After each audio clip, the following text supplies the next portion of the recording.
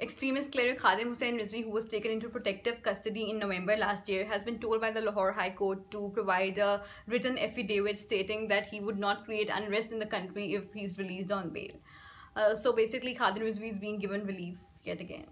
In other news, the head of Lashkar-e-Jhangvi Balochistan, Ramzan Mengal, who's been involved in several cases of targeted killing of the Shia Hazara community of the province, has been released a few days ago.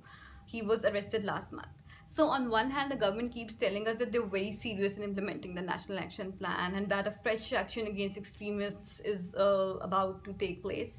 Those who question the non-implementation of the National Action Plan are declared traitors by federal ministers. And on the other hand, extremists are being released. So it goes to show that the so-called resolve to act against extremism is all talk and no action.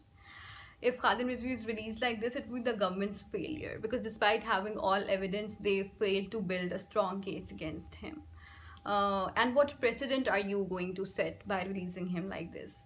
It would send out a message that a bunch of thugs can come out on the streets, beat people up, and bring the entire country to a standstill, and the government would do nothing.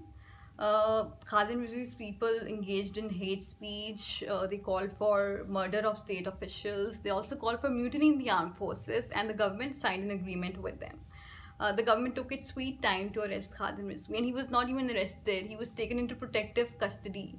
I fail to understand, from whom does he need protection? It's the people of Pakistan who need to be protected from the likes of Khadim Rizvi. So the government must ensure that he's not released. The prosecution should do its job and build a legal strategy to ensure that he is prosecuted and convicted of his crimes.